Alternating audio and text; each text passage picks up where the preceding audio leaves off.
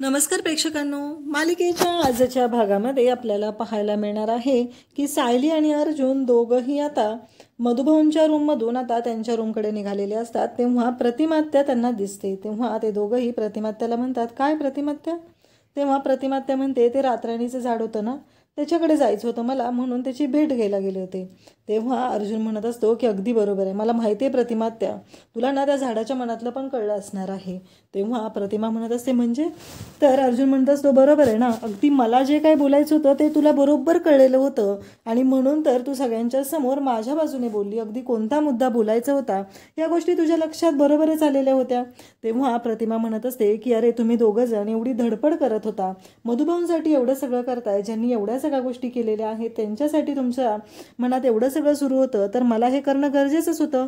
आणि मला सांग, माझ्या लेकरांच्या मनात काय चालू आहे याबद्दल मलाच कळणार ना, त्यामुळे मी तुमचा विचार केलेला आहे, असं प्रतिमात्या अर्जुनला सांगत असते. तेव्हा अर्जुन म्हणत असतो, खरंच एक्झॅक्टली प्रतिमात्या, अगदी मला जे काही म्हणायचं आहे ना ते तुला समजलेलं होतं आणि त्यामुळंच ह्या सर्व गोष्टी घडलेल्या आहेत, अन्यथा खूप प्रॉब्लेम झाला असता. तेव्हा प्रतिमा म्हणत असते, नाही रे अर्जुन, काही प्रॉब्लेम वगैरे होणार नाही, अजिबात काळजी करायची गरज नाही, सगळं व्यवस्थित होणार आहे आणि सगळ्या गोष्टी अगदी तुझ्या मनाप्रमाणे होणार आहेत. तेव्हा सायली पण म्हणत असते की हो प्रतिमात्या, अगदी तुम्ही जे म्हणालेलं आहात ना त्याच पद्धतीनं सगळं घडत आहे.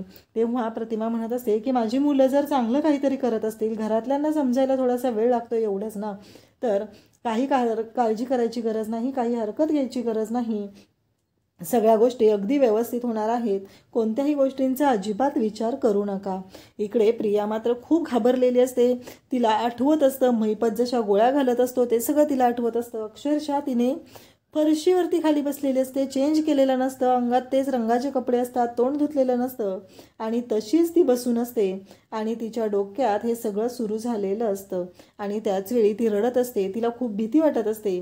ती म्हणत असते की तो महिपत मला मारून टाकणार आहे, तो महिपत मला संपवणार आहे आणि आता मला काहीही करून सगळं व्यवस्थित हँडल केलं पाहिजे, अन्यथा मी संपणार, तो महिपत मला संपवून टाकणार आहे, असं तिचं बोलणं चाललेलं असतं. आणि त्यासोबतच ती म्हणत असते की काहीही झालं तरीही मला आत्ता काहीतरी ठोस पाऊल उचललं पाहिजे, तरच सगळ्या गोष्टी माझ्या मनाप्रमाणे घडतील, मला लवकरात लवकर सुभेदारांची सून झालं पाहिजे, तरच माझ्या मनाप्रमाणे गोष्टी घडतील, असं तिच्या डोक्यात सुरू झालेलं असतं आणि ती खूप घाबरलेली असते आणि त्याचबरोबर तिला आता भीतीही वाटायला लागलेली असते.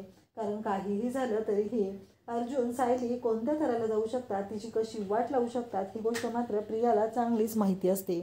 तर इकडे सायली मात्र विचार करत असते. सायली म्हणत असते की मधुभाऊंना आत्ता आपण इथं आणलेलं आहे, मधुभाऊ सेफ आहेत, तरीही माझ्या डोक्यातून काही गोष्टी जात नाहीत. त्या म्हणजेच असं कसं झालं, कारण मधुभाऊंच्या बाबतीत हे सगळं असं कसं होऊ शकतं, कारण मधुभाऊ तिकडे मुळशीला होते, ही गोष्ट कशी काय समजली, ह्या गोष्टी आता सायलीच्या डोक्यात सुरू झालेल्या असतात. सायलीला मात्र खूपच काळजी वाटत असते.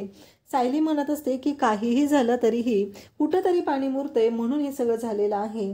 सायलीला मात्र काळजी वाटायला लागलेली असते. सायलीला कळत नसतं की हे सगळं काय घडतंय, या सगळ्यावर काय मार्ग काढू, पण तिला हेही आठवत असतं प्रिया भांग पिलेली असते आणि प्रिया म्हणत असते की मधुभाऊ मुळशीला आहेत, मधुभाऊ मुळशीला आहेत, हे सगळं ती बोलत असते आणि खरं तर प्रियाचा मूर्खपणा झालेला असतो आणि म्हणूनच अर्जुन सायलीला समजलेलं असतं की इकडे महिपतला कळलेला आहे, त्याचबरोबर या सर्व गोष्टी कळलेल्या असतात. इकडे आता पूर्णाजी बोललेली असते तेही आठवत असतं आणि त्याचबरोबर मधुभाऊंना आपण इथे घेऊन आलेलो आहोत, मधुभाऊंना गुन्हेगार म्हणून बोललं जात आहे, या सगळ्या गोष्टींमुळे सायलीलाही खूप मोठा धक्का बसलेला असतो आणि सायली ही त्याच गोष्टींचा विचार करायला लागलेली असते. सायलीला कळत नसतं की हे सगळं अशा पद्धतीनं का झालेलं आहे. सायलीला मात्र प्रश्न पडलेला असतो आणि त्यासोबतच सायली विचार करत असते. अर्जुन मात्र सायलीकडे पाहत असतो. सायलीला म्हणत असतो, काय झालं? तेव्हा सायली म्हणत असते की मला ना कळत नाहीये की हे सगळं यांना कसं कळलेलं आहे. हे मधुभाऊ आता मुळशीला होते ही गोष्ट प्रियाला त्याचबरोबर महिपतला कशी काय समजली, हे सगळं अर्जुन आणि सायली बोलत असतात आणि त्याचबरोबर सायली म्हणत असते, नाही, काहीतरी असं आहे की जे आपल्याला माहीत नाहीये, अशा कोणत्या तरी गोष्टी आहेत. तेव्हा अर्जुन म्हणत असतो की तुम्ही जरा वेगळ्या पद्धतीने विचार करताय का, असं अर्जुनचं बोलणं चाललेलं असतं आणि त्यासोबतच सायलीला तो सांगत असतो. परंतु सायली म्हणत असते की नाही, असं काही नाही घडलेलं, असं अर्जुनला ती सांगत असते. परंतु कुठंतरी काहीतरी वेगळ्या गोष्टी आहेत आणि ज्या अजूनही अर्जुन सायलीला माहीत नाही आहे तसं सायलीचं म्हणणं असतं. सायलीला मात्र भीती वाटायला लागलेली असते की मधुभाऊंच्या बाबतीत वाईट काही घडणार नाही आहे ना, मधुभाऊंच्या जीवाला धोका तर निर्माण होणार नाही ना. आता जरी आपण मधुभाऊंना इथं आणलं असलं तरीही मधुभाऊंच्या बाबतीत काहीतरी विपरीत घडण्याची शक्यता आहे असं सायलीला वाटत आहे. सायलीला मात्र काळजी वाटत आहे आणि सायली म्हणत आहे की काहीही झालं तरीही मला ना आता वेगळ्या पद्धतीने विचार केला पाहिजे असं म्हणत ती अर्जुनशी बोलत असते, अर्जुनला याबद्दल सांगत असते. परंतु घडत आहे मात्र वेगळंच, कारण तिने अर्जुनला सांगत आहे, अर्जुनला ती म्हणत आहे की मधुभाऊंच्या बाबतीत काहीतरी वेगळं घडत आहे आणि आपल्याला या गोष्टींचा शांतपणे विचार करावा लागणार आहे हे सायली अर्जुनला सांगत आहे. अर्जुन म्हणत असतो की आता मधुभाऊ आपल्या घरी आहेत, त्यामुळं अजिबात काळजी करायची गरज नाही, मधुभाऊ अगदी सेफ आहेत. परंतु सायली म्हणत असते, अहो बरोबर आहे तुमचं, पण मला कुठंतरी वेगळी शंका येत आहे. अर्जुन म्हणत असतो की म्हणजे काय म्हणायचं आहे तुम्हाला. सायली म्हणत असते, तुम्ही विचार केला नाही का, मग हे प्रियाला महिपतला कसं कळलं आणि ते तिथं पोचले. नशीब जानकीने वेळेवर येऊन मधुभाऊंचा जीव वाचवलेला आहे, एवढं सगळं केलेलं आहे. मग हे सगळं अशा पद्धतीनं का होतंय हे सायलीचं चाललेलं असतं. परंतु अर्जुन सायलीला म्हणत असतो की हो काळजी करू नका, आता मधुभाऊंना काही होणार नाही आहे. सायली म्हणत असते, पण मधुभाऊंना इथे मी घरी आणलेलं आहे, यामुळं आता या घरातल्यांच्या जीवाशी पण मी खेळत नाही आहे ना असं सायलीला वाटत असतं. अर्जुन म्हणत असतो की अजिबात नाही, आत्ताही मी फोकस क्लिअर करत आहे आणि त्या पद्धतीने माझ्या डोक्यात प्लॅनिंग सुरू आहे. केसच्या गोष्टी कशा पद्धतीने हँडल करायच्या हे मला चांगलंच माहिती आहे.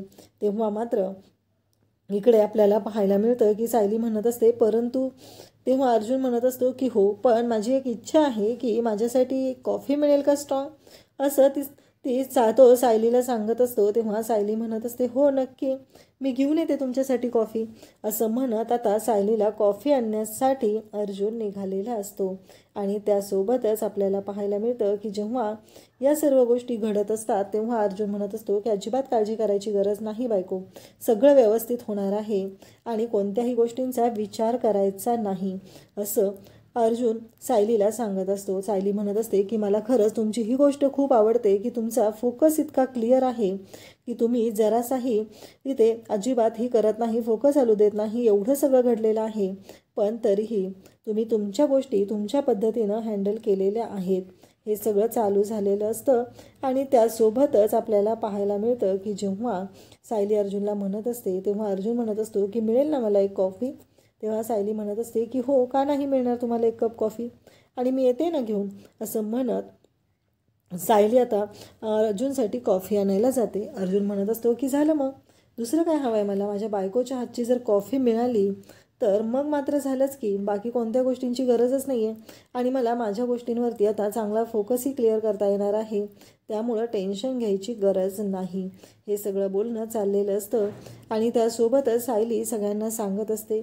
अर्जुनशीही ती समजून घेत असते. अर्जुन आणि सायली एकमेकांना अगदी प्रेमाने समजून घेत सर्व गोष्टी हँडल करण्याचा प्रयत्न करत आहेत.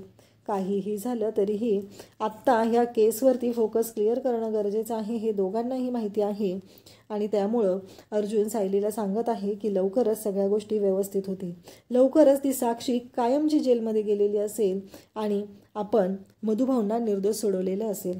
इकडे आपल्याला पाहायला मिळतं की महिपत हा आता जेलमध्ये गेलेला असतो तिथे साक्षीला भेटायला आणि साक्षी तिथं असते. तेव्हा साक्षी म्हणत असते की काय झालं. मग महिपत सांगतो की तो मधुभाऊ सुटला. तेव्हा साक्षी म्हणत असते झालं आता सगळं वाटोळं झालेलं आहे, तो जर मधुभाऊ सुटलेला असेल तर संपलं, आता मी काहीच करू शकत नाही, आता मी कायमस्वरूपी जेलमध्ये राहणार आहे आणि तुम्ही माझ्यासाठी काहीच करू शकत नाही अण्णा, मी त्यातच सडणार आहे, तुमचा हा मोबाईल नको आहे मला असं म्हणत तिने तो मोबाईल फेकून दिलेला आहे आणि ती महिपतवर ओरडायला सुरुवात करते. महिपत म्हणत असतो की माझी लेक इथं आहे, मान्य आहे मला, परंतु माझ्या लेकीला माझ्यावरती विश्वास राहिलेला नाही असं महिपत बोलत असतो. महिपतचं म्हणणं असतं काहीही झालं तरीही माझ्या लेकीने माझ्यावरती विश्वास ठेवला पाहिजे असं मला वाटत होतं, तू शांत हो, ओरडू नकोस. ती म्हणत असते की का संपवलं नाही, कोण आलं मध्ये. तेव्हा महिपत सांगत असतो की तो अर्जुन सुभेदार आणि त्याची बायको मध्ये आली. तेव्हा प्रिया इकडे साक्षी म्हणत असते त्यांनाही संपून टाकायचं होतं, त्यांनाही का ठेवलं तुम्ही, काहीही झालं तरीही त्यांनाही संपून टाकायचं होतं, त्यांनाही उडवायचं होतं. हे सगळं महिपतच्या समोर ती बोलत असते. ती जेलमध्ये असते आणि ह्या सगळ्या बाता तिच्या चाललेल्या असतात. तेव्हा महिपत मात्र तिचं तोंड दाबतो आणि तिला सांगू लागतो की शांत हो, जरा जरा शांत हो, एवढं हायपर व्हायची काहीही गरज नाही, कारण या सगळ्या गोष्टींचा परिणाम काय होणार आहे पोरी तुला माहीत नाही आहे. तेव्हा ती म्हणत असते, मला सांगा, बायकांना पण अण्णा सांगा ना, बायकांना पण फाशी होते का हो? म्हणजे मी लेडीज आहे ना, मग मला पण फाशी होणार का? अण्णा बोला ना, असं म्हणत तिने तो मोबाईल फेकून दिलेला असतो. मला कोणाशीही बोलायचं नाही आहे, मी इथेच मरणार आहे, इथेच जेलमध्ये राहणार आहे. महिपत मात्र आजूबाजूला पाहत असतो आणि साक्षीचा आरडाओरडा सुरूच झालेला असतो. साक्षीचं असं बोलणं असतं की मी संपली आता, माझ्या हातात काही राहिलेलं नाही, हे साक्षीचं बोलणं सुरू झालेलं असतं. आणि ती महिपतला म्हणत असते की काही गरज नाही आहे, मला नको आहे तुमचा मोबाईल, मला तुमच्याशी बोलायचं नाही आहे, मला कोणत्याच बाबतीत काहीच करायचं नाही, असं ती सांगत असते. महिपत म्हणत असतो की मी त्यांना सोडणार नाही, पण ठराविक वेळ देणं गरजेचं आहे, तू जरा मला समजून घे, असं म्हणत महिपत साक्षीला शांत करत आहे. परंतु साक्षीला मात्र शांत व्हायची इच्छाच नाही. तिचा रागराग झालेला आहे, कारण तिला कळलेलं आहे मधुभाऊ आता वाचलेला आहे आणि आता मधुभाऊ सापडलेला नाही, त्याच्याकडून सुसाईड नोट लिहून घेणं झालेलं नाही. त्यामुळं तिचं सुरू झालेलं असतं, तुम्हीच इथं माझं नरडं दाबा आणि मला मारून टाका. महिपत म्हणत असतो की माझ्यासाठी दुःख हेच आहे की माझ्या मुलीचा माझ्यावरती विश्वास राहिलेला नाही, माझ्या मुलीला माझ्याबद्दल आता तेवढा विश्वास वाटत नाही, हे माझं सगळ्यात मोठं दुःख आहे, असं महिपत साक्षीला सांगत असतो. आणि तो म्हणत असतो की काहीही झालं तरीही आता तुझे काय वागत आहेस ते शांत बस आणि काही बोलू नकोस, असं म्हणत महिपत बोलत असतो. परंतु इकडे साक्षी काही ऐकायला तयार नसते. तेव्हा महिपतचा नाईलाज होतो आणि महिपत मात्र आता साक्षीचं तोंड दाबतो आणि तिला शांत करतो. तिला म्हणत असतो, शांत हो, तुझा बाप अजून जिवंत आहे, हा महिपत शिर्के जिवंत आहे, तोपर्यंत तुला घाबरायची अजिबात गरज नाही, तो अर्जुन सुभेदार काहीही करू शकत नाही. पण महिपतलाही माहिती आहे की अर्जुन सुभेदार काय करू शकतो, कारण अर्जुन सुभेदारने महिपतलाही एकदा जेलमध्ये पाठवलेलं आहे आणि आता साक्षीला पाठवलेलं आहे.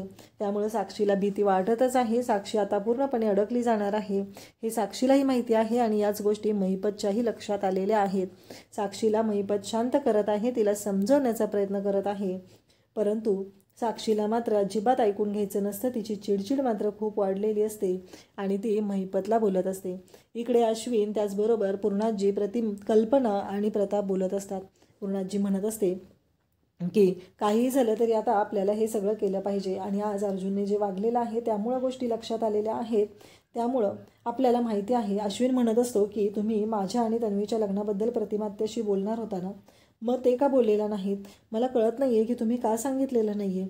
तेव्हा तो म्हणत असतो की आता लवकरात लवकर आपल्याला गेलं पाहिजे आणि प्रतिमात्या आणि तन्वीशी तिथे रविराज काकाशी बोललं पाहिजे, हे सगळं बोलणं सुरू झालेलं असतं.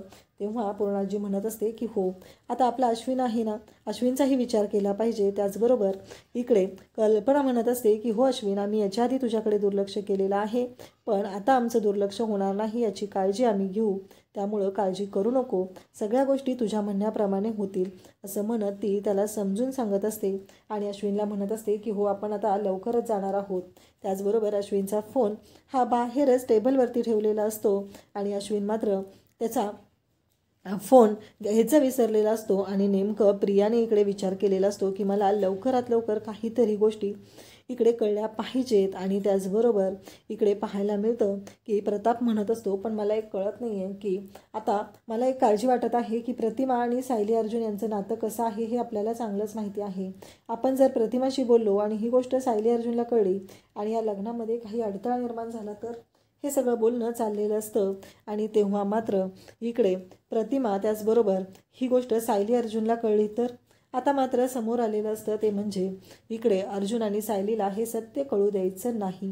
परंतु काहीही झालं तरीही कल्पना म्हणत असते की नाही, आता मी माझ्या या मुलावरती अन्याय होऊ देणार नाही. प्रत्येक वेळेस अर्जुनची साथ देत ह्या सर्व गोष्टी झालेल्या आहेत. तेव्हा पूर्णाजी म्हणत असते की काही हरकत नाही आहे, प्रतिमा आपल्या शब्दाबाहेर नाही, जरीही ती आत्ता अर्जुन सायलीची साथ देत असली तरीही सगळ्या गोष्टी व्यवस्थित होणार आहेत, काळजी करू नको प्रताप, ती आपलं ऐकेल आणि त्यामुळं नको विचार करू, असंही ती सांगत असते. त्यासोबतच इकडे पाहायला मिळतं की अश्विन म्हणत असतो की आता मला माझ्या आणि तन्वीच्या भविष्याबद्दल विचार करायचा आहे, माझ्या आणि तन्वीच्या भविष्यामध्ये आणखी काय काय वाढवून ठेवले ते माहीत नाही आहे, असं तिचं बोलणं सुरू झालेलं असतं. आणि त्याचबरोबर इकडे पूर्णाजी सर्वजण म्हणत असतात की काळजी करू नकोस, सगळं तुझ्या मनाप्रमाणे होणार आहे अश्विन, अजिबात टेन्शन घेऊ नको, असं म्हणत सगळेजण अश्विनची समजूत घालत असतात. आणि त्यासोबतच इकडे आपल्याला पाहायला मिळतं की प्रिया म्हणत असते की काही झालं तरीही या प्रतिमाला आणि रविराज किल्लेदारला आमच्या लग्नाबद्दल कळायला नको आहे. मला काही करून लवकरात लवकर अश्विनसोबत लग्न तर करायचं आहे, परंतु याबद्दल त्यांना काही कळायला नको आहे, एवढंच तिच्या डोक्यात सुरू झालेलं असतं. कारण तिला माहिती असतं की काहीही झालं तरीही आपण मात्र पूर्णपणे अडचणीत येऊ शकतो, ही गोष्ट मात्र तिला चांगलीच माहिती आहे.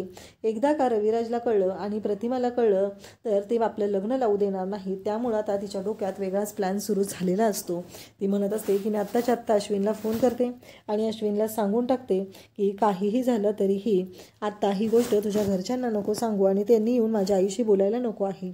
इकडे प्रिया फोन करत असते, पण अश्विन आत असल्यामुळे तो फोन उचलण्यासाठी अवेलेबल नसतो आणि अश्विन फोन उचलत नाहीये म्हणून प्रिया म्हणत असते चालेल, आता जोपर्यंत हा फोन उचलणार नाही तोपर्यंत मी फोन करतच राहणार आहे, असं तिच्या डोक्यात सुरू झालेलं असतं. आणि तिने मात्र आता कंटिन्यू फोन करत असते. ती विचारच करत नसते की आपण इतक्या वेळा फोन करत आहोत. तेव्हा सायली अश्विनला आवाज देत असते आणि शेवटी मग सायली तिथे येते आणि तो फोन उचलायचा प्रयत्न करत असते. कारण सायलीला असं वाटत असतं की नको आहे उचलायला फोन, परंतु सायली मात्र म्हणत असते की नक्की काय येत असेल फोन, काय झालं असेल, तिथं सगळ्यांची तब्येत तर ठीक असेल ना. तिला बिचारीला एवढंच वाटत असतं की अश्विन डॉक्टर आहे ना, मग त्याच्यासाठीच तर तिने कॉल करत असेल.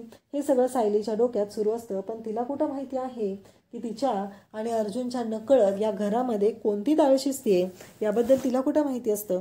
ती अश्विनला आवाज देत असते, अश्विनला म्हणत असते की अश्विन भाऊजी तुमचा फोन वाजतोय, अश्विन भाऊजी तुमचा फोन वाजतोय. पण हा जो अश्विन असतो तो मात्र ऐकायला तयार नसतो आणि अश्विन मात्र अजिबात ऐकायला तयार नाही. अश्विन आलेलाच नसतो. आणि तेव्हा सायली म्हणत असते की प्रतिमा त्यांची तब्येत तर ठीक असेल ना. आणि इकडे प्रियाने फोन केलेला असतो आणि प्रियाचा आतताईपणा ह्यावेळेस पहिल्यांदा चांगला सायलीच्या फायदेशीर ठरलेला असतो. प्रियाने मात्र डायरेक्ट बोलायला सुरुवात केलेली असते. सायलीनं फोन उचललेला असतो, तो कानाला लावलेला असतो. तो फोन तिने फक्त यासाठी उचललेला असतो की प्रतिमा त्यांची तब्येत तर ठीक असेल ना, म्हणून तिने तो फोन उचललेला असतो. परंतु इकडून प्रिया बोलायला सुरुवात करते की तू माझ्या आईबाबांना काही सांगू नकोस, इकडे येण्याआधी मला फोन कर, असं प्रियाला सांगत असते. आणि हे सगळं बोलणं सायलीने ऐकलेलं असतं.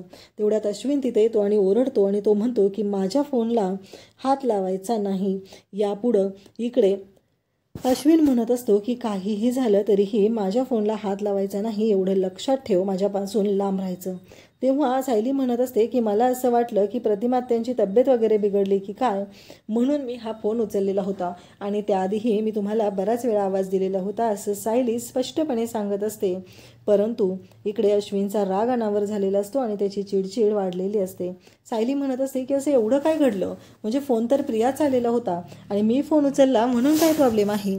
सायली अर्जुनकडे येते आणि अर्जुनला विचारू लागते. अर्जुनला ती म्हणत असते की अर्जुन सर मला तुम्हाला काहीतरी सांगायचं आहे. अर्जुन म्हणत असतो बोल.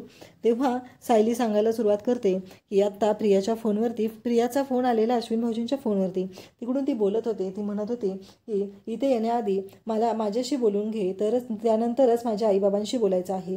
हे सगळं तिचं चाललेलं होतं. अर्जुन म्हणत असतो त्यात काय एवढं, सिनियरची समजूत घालायची असेल. तेव्हा सायली म्हणत असते की नाही अर्जुन सर, काहीतरी वेगळ्या गोष्टी आहेत ज्या आपल्याला कळत नाही आहेत, आपल्यापासून लांब राहिलेल्या आहेत, आपल्या लक्षात येत नाही आहे, असं काहीतरी घडत आहे, असं सायली अर्जुनला सांगत असते. अर्जुनला म्हणत असते नाही वेगळं काहीतरी आहे. अर्जुन म्हणत असतो की बघूया, तुम्ही ना सायली जरा जास्तच विचार करत आहात, असं अर्जुन सायलीला बोलत असतो. परंतु सायली म्हणत असते नाही अर्जुन सर, काहीतरी वेगळं आहे जे आपल्याला माहीत नाही आहे, ते आपल्याला शोधावंच लागणार आहे. हे सगळं अर्जुनला ती बोलत असते. तेव्हा अर्जुन म्हणत असतो की सध्या मी या गोष्टीवर फोकस आहे की काहीही झालं तरीही आपल्याला या केसचा विचार करायचा आहे आणि या केसमध्ये जे काही घडलेलं आहे त्याचा, कारण तुम्ही जरा जास्तच पॅनिक होत आहात आणि त्या पद्धतीनं विचार करत आहात. त्यामुळं आपल्याला काहीतरी वेगळा विचार करून या सगळ्यातून मार्ग काढायचा आहे. ते बघूया, कारण असं काही महत्त्वाचं नसेल जे आपल्यापासून लपवलं जाते, म्हणजे नसेल महत्त्वाचं असं अर्जुन म्हणत असतो. परंतु सायलीच्या मनाला एक वेगळीच हुरहुर लागलेली असते. सायलीला भीती वाटत असते, कारण काहीतरी विपरीत आणि वेगळं तर घडत नाही ना, हे सायलीच्या लक्षात आलेलं असतं. आणि त्यासोबतच सायली मात्र आता विचार करू लागलेली असते. तेव्हा अर्जुन म्हणत असतो की आता आपल्याला हे फोकस करायचं आहे की महिपतने त्या विलासच्या बाबतीत काय केलेलं होतं. कारण आपल्याला त्या ब्लूटूथचं कार्ड तर मिळालेलं आहे, परंतु त्याचा काहीही उपयोग नाही. कारण ते जरी कार्ड मिळालेलं असलं तरीही त्याबद्दल आपल्याकडे पुरावा नाही. ते रजिस्टर मिळणं गरजेचं आहे. त्या रजिस्टरमधूनच आपल्याला माहिती मिळू शकेल असं अर्जुनचं म्हणणं असतं. त्याचबरोबर अर्जुन म्हणत असतो की प्रतिमात्या आहे ना, प्रतिमात्या आपल्याला सगळ्या गोष्टी सांगेल, त्यामुळं विचार करायची काहीही गरज नाही. त्यामुळं आपण प्रतिमात्यांशी बोलून घेऊया. त्यानंतर सायली आता आलेली असते. सायली म्हणते मी पटकन जाते आणि तुमच्यासाठी नाश्ता बनवते, कारण किचन तयार असेल परत मला किचन मिळणार नाही. आत्ता तिथे विमलताईंचं पण झालं असेल असं म्हणत सायली किचनमध्ये येते आणि किचनमध्ये आलेली असते. तेव्हा विमल आणि ती बोलणं चालू असतं. तेवढ्यातच कल्पना आणि प्रताप आता पूर्णाजीच्या रूमकडे निघालेले असतात. आणि मग सायली म्हणत असते की आई बाबा बाहेर निघालेत, ते कुठं चाललेले आहेत का, असं सायलीचं बोलणं सुरू झालेलं असतं. परंतु विमल म्हणत असते की काय माहिती, सध्या ना त्यांचं काहीतरी वेगळंच सुरू असतं असं विमल बोलत असते. आणि त्यासोबतच सायली म्हणत असते की नाही काहीतरी वेगळं आहे. तेव्हा विमलच्याही लक्षात आलेलं असतं. विमल म्हणते की पूर्णाईंच्याच रूमकडे चाललेले आहेत, मी जाते कॉफी देते, बघूया काय कळतंय का. सायली म्हणत असते चांगलं असेल, या घरासाठी भल्याचं असेल तर मला काहीच प्रॉब्लेम नाही, पण त्या प्रियाच्या बाबतीत काय असेल तर खूप मोठं अवघड आहे असं सायलीच्या डोक्यात सुरू झालेलं असतं. आणि सायली मात्र आता लक्ष ठेवून असते. तोपर्यंत विमल आता जाते आणि यांचं बोलणं चाललेलं असतं की पूर्णाई आपण आज निघायचं आहे ना, आणि आपण सगळ्या गोष्टी बोलून घेतलेल्या आहेत ना. तेवढ्यात एकदम आता विमल तिथं आलेली असते आणि विमल एकदम आलेली असते, कॉफी घेऊन आलेली असते. ते पाहून मात्र इकडे राग आलेला असतो, तो म्हणजे कल्पनाला. कल्पना म्हणते की तुला कळत नाही आहे का, एकदम खाली नॉक करायचं लक्षात नाही आहे का. तेव्हा ती म्हणू लागते की माफ करा, माझ्याकडनं चूक झाली, कारण सवय नाही आहे ना, याआधी कधी नॉक करून यावं लागलेलं नाही आहे ना, असं म्हणत ती बोलत असते. परंतु इकडे कल्पना मात्र ऐकायलाच तयार नसते. कल्पनाचं बोलणं वाढतच चाललेलं असतं. आणि मग प्रताप म्हणत असतो एवढं काय ओरडतेस, आणि तिला जायला सांगितलं जातं. तेव्हा मात्र इकडे आपल्याला पाहायला मिळतं की विमलला वाईट वाटलेलं असतं आणि प्रताप म्हणत असतो की एवढं ओरडण्याची काय गरज आहे. तेव्हा कल्पना म्हणत असते की ही गोष्ट कोणालाही कळता कामा नये, त्या दोघांना अजिबात कळता कामा नये, कारण सायली आणि अर्जुनला जर ही गोष्ट कळली तर खूप अवघड होणार आहे. त्यामुळं मी आत्ता बोललेले आहे. आणि विमल कशी आहे माहिती आहे ना, मग ती जाऊन सायलीला सांगेल ना, असं यांचं बोलणं चाललेलं असतं. आणि त्याचबरोबर आपल्याला पाहायला मिळतं की पूर्णाजी म्हणत असते की हो बरोबरच केलंस तू, बरोबर आहे, जर त्यांना कळलं तर ते हे लग्न लावू देणार नाहीत, असं त्यांचं बोलणं सुरू झालेलं असतं. त्यानंतर आपल्याला पाहायला मिळतं की इकडे या सर्व गोष्टी जेव्हा चालू असतात तेव्हा पूर्णाजी म्हणत असते की नक्की काय करायचं आहे, काय आहे तुमच्या डोक्यात, हे पूर्णाजी विचारत असते. आणि तेव्हा मात्र इकडे पाहायला मिळतं की प्रताप आणि कल्पना सांगू लागतात की आता आपण या विषयावर बोलणार आहोत, पण काहीतरी सोबत पण नेलं पाहिजे ना, असं त्यांचं बोलणं सुरू झालेलं असतं. आणि मग सोबत काय घ्यायचं, तर आपण बांगड्या ऑर्डर केलेल्या आहेत, त्याचबरोबर मिठाई ऑर्डर केलेली आहे, मग लग्नाची बोलणी झाली की हे सगळं आपण देऊया, असं चाललेलं असतं. तेवढ्यातच अश्विन तिथं आलेला असतो आणि अश्विन म्हणत असतो की तन्वीचं असं म्हणणं आहे की घरी येण्याआधी तिला आधी तुमच्या सगळ्यांशी बोलायचं आहे. तेव्हा कल्पना आणि पूर्णाजी म्हणत असतात की काही गरज नाही आहे, आपण तिथे जाणारच आहोत ना, त्यानंतर बोलून घेऊया, आतापासून कोणत्याही गोष्टी बोलून घ्यायची काही गरज नाही आहे. आणि हे गुडघ्याला भाषण ठेव, बांधले ना उतावळा नवरा, जरा शांत राहा, आणि इथून पुढं तन्वीचंच ऐकायचं आहे सगळं, असं कल्पना त्याला चिडवू लागते. त्याचबरोबर इकडे आपल्याला पाहायला मिळतं अर्जुन सायलीचं डिस्कशन सुरू असतं की विलासला जामिनावर महिपतनं सोडवलं ही गोष्ट कळली पाहिजे. आणि त्यासोबतच बाकीच्याही गोष्टी त्यांचं डिस्कशन सुरू झालेलं असतं. आणि त्याचबरोबर इकडे पाहायला मिळतं की अर्जुन आणि सायली बोलत असतात. अर्जुन आणि सायली यांचं बोलणं सुरू आहे आणि त्या पद्धतीनं विलासपर्यंत ही केस आहे. अर्जुनने सगळे फोटो लावलेले आहेत आणि तो सायलीसोबत डिस्कशन करत आहे. त्यानंतर आपल्याला पाहायला मिळतं की अर्जुन म्हणत असतो की हा गुंडा सुटला पाहिजे, आणि त्यांच्या हातामध्ये दोऱ्याचा जो गुंडा असतो तो दोऱ्याचा गुंडा इतका पसरला जातो की सायली आणि अर्जुन त्या दोऱ्याच्या गुंड्यामध्ये गुंडाळले जातात. त्यानंतर सायली अर्जुनला म्हणते की नक्कीच काहीतरी वेगळं सुरू आहे, आपल्याला प्रतिमात्यांशी बोललं पाहिजे. आणि इकडं प्रियाची मात्र चिडचिड होत असते. प्रिया म्हणत असते की इथं येऊन जर ह्यांनी काही गोंधळ घातला तर खूप अवघड होईल, त्यामुळं मलाच आधी काहीतरी केलं पाहिजे. आणि इकडे मग सायली आता प्रतिमाला कॉल करायचं ठरवते, कारण हा गुंता सोडवलेला असतो, पण आता घरातला गुंता कसा सोडवायचा हे त्यांच्या डोक्यात सुरू झालेलं असतं. त्यानंतर आता सायली प्रतिमाला कॉल करते. अर्जुन पण म्हणत असतो की हो, प्रतिमा आत्याशी बोललं की सगळ्या गोष्टी क्लिअर होतील. आणि मग तो दोऱ्याचा गुंडा काढला जातो. आणि मग सायली प्रतिमाला कॉल करते. प्रतिमाला म्हणते की प्रतिमा आत्या, मला तुमच्याशी बोलायचं आहे. आई आणि बाबा येणार आहेत, काही झालेलं आहे का? प्रतिमा म्हणते, कोण? प्रताप आणि कल्पना? अगं, त्यांना इकडे यायला कुठे काय कारण लागतं? त्यांचंच तर घर आहे, ते येऊ शकतात. पण मला नाही माहिती. तेव्हा सायली म्हणत असते, प्लीज प्रतिमा आत्या, नक्की काय असेल तर मला सांगाल का? असं इकडं बोललं जात असतं. आणि त्यासोबतच उद्याच्या भागामध्ये आपल्याला पाहायला मिळतं कुरिअरवाला आलेला आहे. त्याने काही मिठाई आणलेली आहे आणि त्याचबरोबर बऱ्याच गोष्टी आहेत. ते पाहून सायलीला मात्र धक्का बसलेला आहे. आणि इकडे सायली मात्र म्हणत असते की नक्की हे आमचंच पार्सल आहे ना? आणि त्या बॉक्सवरचं नाव वाचल्यानंतर सायलीला आणखीनच धक्का बसलेला आहे. नक्की आता ते कुरिअर कोणाचं आहे? ते कुरिअर कशासाठी आलेलं आहे? हे बोलणं सुरू आहे. आणि त्याच वेळी इकडे आता हे पोचलेले आहेत आणि प्रतिमाला म्हणत आहेत की आज आम्ही ते तुझ्याकडे मागणी घालायला आलेलो आहे. तन्वीचा हात मागायला आलेलो आहे अश्विनसाठी. आणि तेव्हा मात्र प्रतिमाला आता खूप मोठा धक्का बसलेला आहे. अशाच अपडेटसाठी चॅनलला सबस्क्राईब करा. थँक्यू.